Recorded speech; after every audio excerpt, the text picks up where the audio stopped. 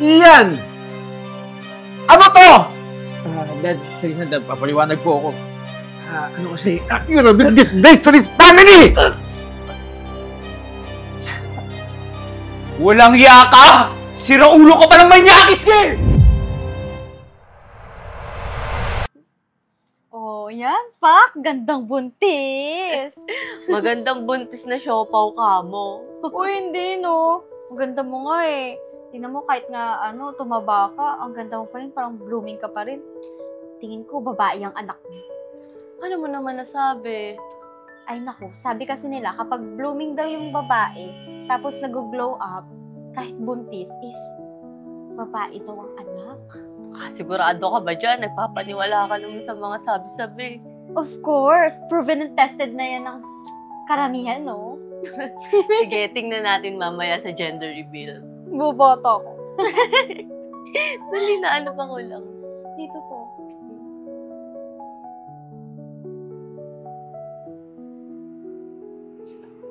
Kuya! Bunso, laki na ng tiyan mo ah.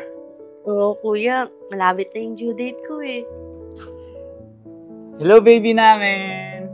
Sana paglabas mo, boy ka ha. Para sama ka kay Tito EA. Paglaki mo, mangbababae tayo. Kuya naman eh. Di pa nga lumalabas si baby. Tuturuan mo na agad Ito ng naman. kalungkutan. Biro lang naman yun, tsaka loyal tong kuya mo, no? Kaya nga hanggang ngayon di ka pa rin nakaka-move on sa ex mo eh. Wow, ang sakit ah! Oh, baby. Excuse me, ma'am, ito na po pala yung pinapakuha mo sa akin. Salamat, Yaya. Yaya, patawag na din si Tito Henry tsaka si Ian para makapagsimula na tayo. Okay po, ma'am. Thank you. Ano, kuya? Tara na dun. Tara, sige!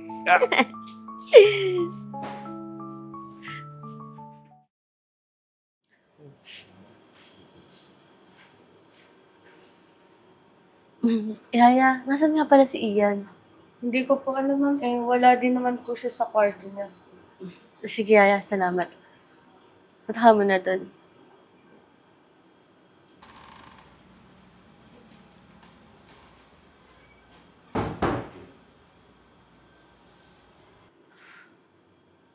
Oh, Ian, saan ka magaling? I still have an appointment in an hour.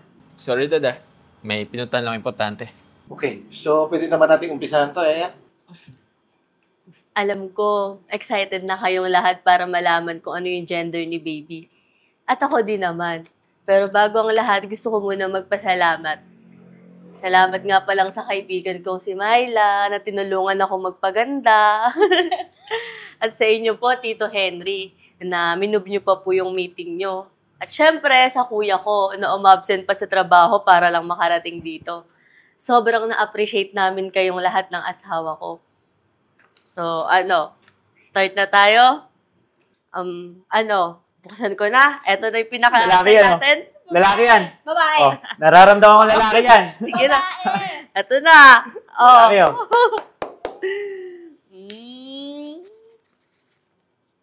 Baby girl! May baby girl na tayo. Ay, nako. Oh, Vale. Gagawin ko pa rin yan, junior yung baby mo. kuya naman, parang ayokong ipakita to sa yung anak ko paglabas. Congratulations, Iha. I am very sure sa iyo magmamana yan kasi isa kang mabait at mapag-alagang ina. Thank you po, Tito Henry. Sino yung tatay niyan? Sabihin mo sa akin, sino ang ama niyan? Mahal, ano ibig mo sabihin? Siyempre, ikaw yung tatay nito. Sinungaling ka? Ian, ano na naman kaguluhan to?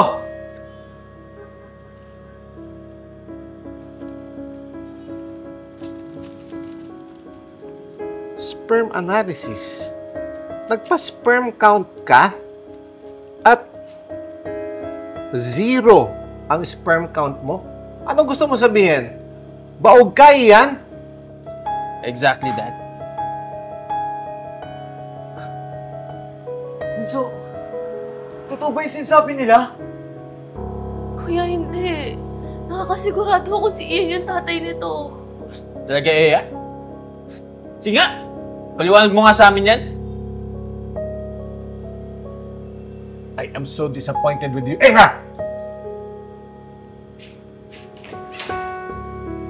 So, hindi ka naman ganyan na. Kapag nagkakaganyan. Yeah.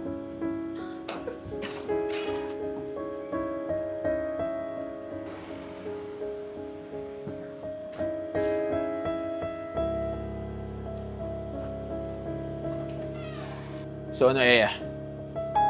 Alam na siguro saan mong gagawin, di ba?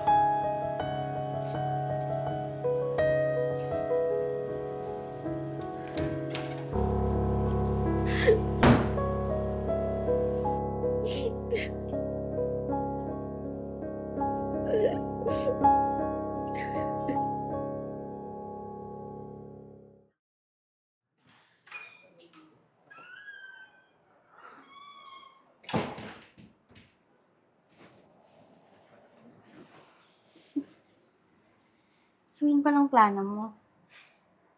Gusto mo ba? Ganyan kong bata, di ba? Pero paano yung anak nyo? Di pala good niya. Di pa naman lumalabas eh. Ano? Seryoso ka ba, Ian? Oo. Tsaka bakit? Ayaw mo pa na? Wala makakasagabal sa ating dalawa. Alam mo, magkaibigan kami ni Eya. Tagal mo naman alam yun, di ba? Oo nga, pero hindi ko naman alam na ganun kalala yung gagawin mo. Bakit? Sabihin, nakukonsensya ka na. Ang akin lang, wala namang kasalanan yung bata. Myla, kahit kailan hindi ko ginusto magkaroon ng anak. At never ko pinangarap magkaroon ng isa. Kaya kung ako yung tatanungin, papalagdag ko talaga yun. Eh, gago ka pala eh.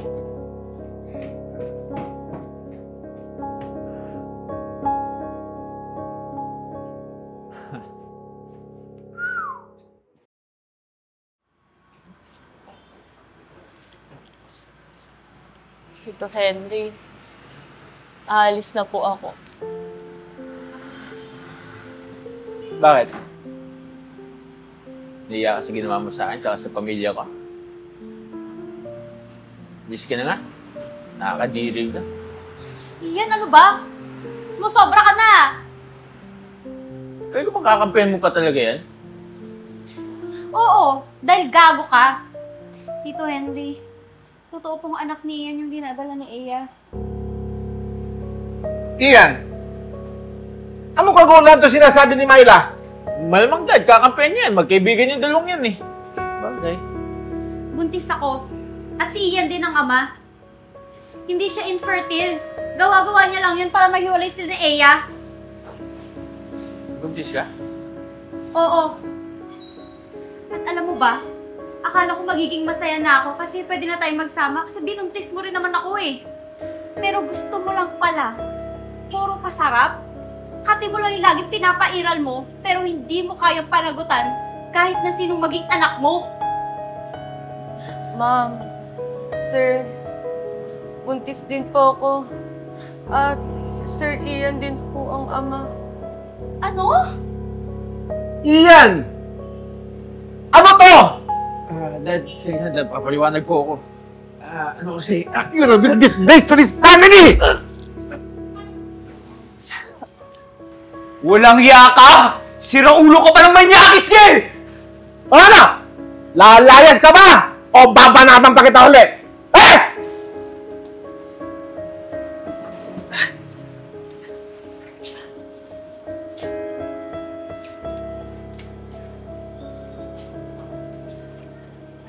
Bunso, ano? Okay ka lang ba? Oo, kuya, okay lang ako. Kuya, sorry ah. Nagsisisi na talaga ako sa nagawa ko. Sana magpatawad mo pa rin ako. Kabawi ako. Iya, humihingi din po sana ako ng tawad. Sana mapatawad niyo din po ako. Hindi ko naman po ito ginusto. Si Ian po kasi. Okay lang yun. Huwag na kayong mag-alala. Wala naman kayong kasalanan eh. Biktima lang din kayo. Si Ian yung may kasalanan ng lahat ng to. Anak, pasensya ka na. Nagalit ako sa'yo. Masyado lang akong naniwala dun sa sinungaling kong anak eh. Sorry, anak. Okay lang po, Tito Henry. Naintindihan ko po kayo. Anak, huwag kang mag-alala. Kasama mo ko na magpapalaki dyan sa apo ko. At pwede ba akong humiling sa'yo? Huwag ka nang umalis. Oo nga naman, bunso. Dito ka na lang sa kay tito mo. At least, may makakasama ka. Kisa naman dun sa kondo ko, wala ako palagi. Lagi akong nasa trabaho. Hayaan mo. Bibisita ako dito. Time to time pa. Sigurado ka ba dyan, kuya? Oo naman. Anak, hayaan mong maging katuwang mo ako sa pagpapalaki sa apo ko. Besides, ako ang lolo niyan. Opo, Tito Henry. Thank you po Okay, ako nang bahala sa'yo. At kayong dalawa, kung gusto nyo, dito na rin kayo sa akin. Okay? So, group hug na tayo. Thank you po, Tito Henry. Thank you po. And don't worry, Uncle Henry will take care of you. Okay? Tito, paano po ako? Bahala ka sa buhay mo! Tara, gusto tayo!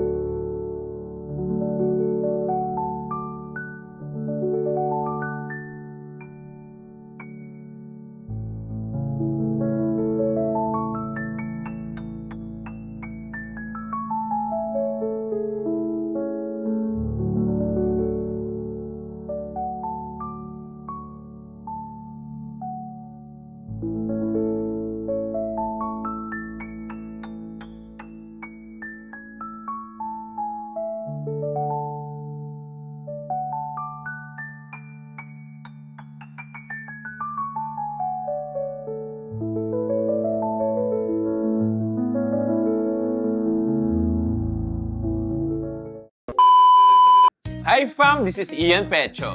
Hi guys, this is Ea Aizon. Kung naghahanap po kayo ng hot pot with buffet, nagkakalaga po yan sa halagang $899. Pero kung gusto nyo po, meron din tayong hot pot lang sa halagang $599 sa araw ng Monday to Thursday. Oras po ng lunchtime ha.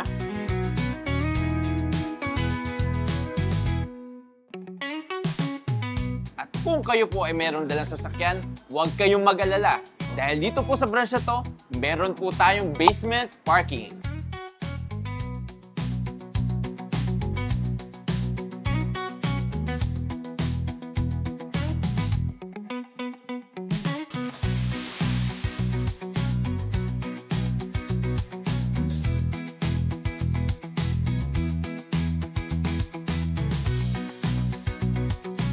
At maraming salamat po sa panonood ng Tibon Manila araw-araw.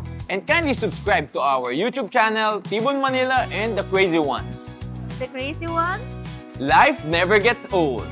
Oops! At sa Tibon Manila, ang saya'y walang katulad. hey!